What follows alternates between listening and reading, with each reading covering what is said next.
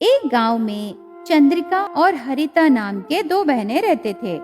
चंद्रिका को उसकी बहन हरिता से बहुत प्यार है, इसीलिए चंद्रिका दिन रात मेहनत करके एक एक रुपए बचाकर उन पैसों से हरिता को शहर में अच्छे से पढ़ाने लगी।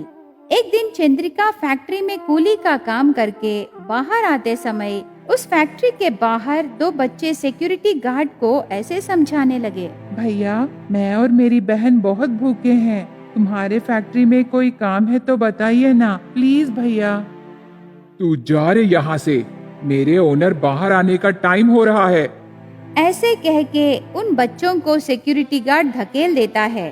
तब वो बच्चे चंद्रिका के पैरों के पास गिर के दोनों बहुत रोने लगे।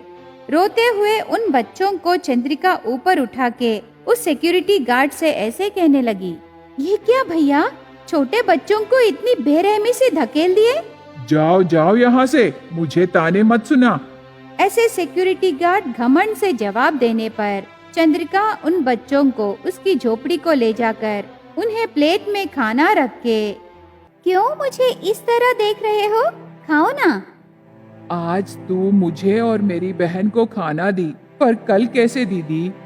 ऐसे कल के बारे में सोच रहे उस छोटे से बच्चे को देखकर चंद्रिका को अचानक से उसके बचपन याद आके उसकी बहन हरिता के लिए सोचे वो दिन याद आते हैं। बस तब चंद्रिका की आंखों में आंसू भर के उन बच्चों को वो खुद खिलाती हुई ऐसे कहने लगी, सुनो, मैं भी तुम्हारे जैसे ही मेरी बहन का पेट भर के उसकी भविष्य के लिए बहुत सोचती थी, लेकिन उसकी पढ़ाई अभी खत्म हो गई। ऐसे चंद्रिका कहने पर वो बच्चे चंद्रिका को शक से देखने लगे।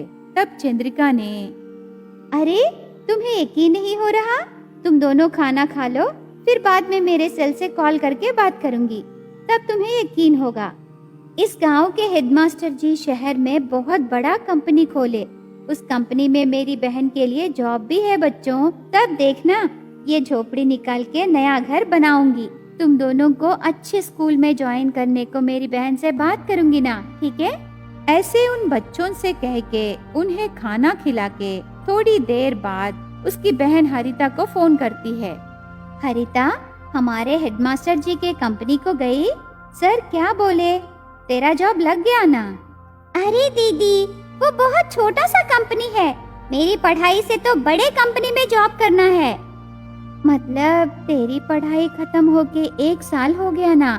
तब से तो बहुत सारे इंटरव्यूज को गई, पर तुम्हें जॉब नहीं मिला, इसीलिए मैं हेडमास्टर जी के कंपनी के बारे में तुझे बोली बहन। लेकिन ये बता, वो तुझे कितना तनख्वाह देते बोले बहन? 30,000 देते बोले। क्या 30,000? तो देर क्यों हरिता, जल्दी से ज्वाइन हो जा। नहीं दीदी, मेरी पढ़ाई से तो 1 लाख रुपए का जॉब आना है। तो क्या तू इस जॉब में ज्वाइन नहीं हो रही? चिंता मत कर दीदी, तेरे लिए मैं वहाँ ज्वाइन हो जाऊंगी, ठीक है? और क्या? हरिता, आज मुझे रास्ते में 2 छोटे बच्चे मिले, उन्हें मैं घर लाकर खाना खिलाई बहन। ये क्या दीदी, हम अमीर थोड़ी ना हैं जो बीच रास्ते में मिले लोगों को घर ले आए। ठीक है, लगता है तू जॉब के टेंशन में है, बाद में बात करूंगी, लेकिन तू एक अच्छे दिन उस मास्टर जी के कंपनी में ज्वाइन हो जा। ऐसे कह के फोन रख देती है। थोड़े दिन बीतने के बाद बारिश के मौसम में चंद्रिका के गांव में और हरिता रहे शहर में भी बहुत बारिश पड़ती है। उन इलाकों में बहुत बारिश पड़ने पर चंद्रिका की झोपड़ी के ऊपर छेद होके उसमें से पानी टपकने लगी। तब चंद्रिका हरिता को फोन करती है। हरिता, बारिश का पानी घर में आ गया, मैं और बच्चे बहुत परेशान हैं।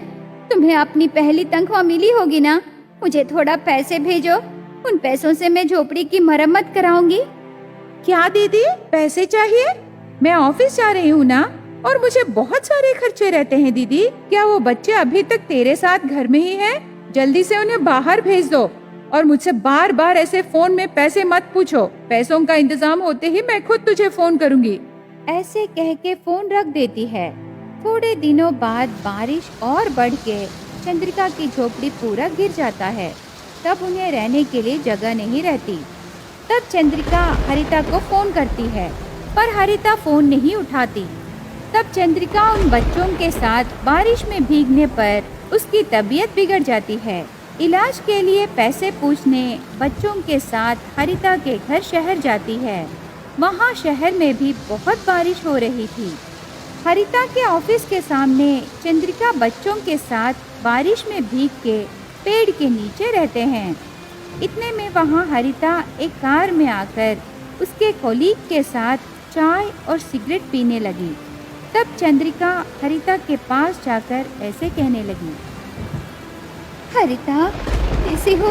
क्या ये तेरी दोस्त है? तब हरिता उसके कोलीग के सामने इज्जत रखने के लिए, हे, तू कौन है?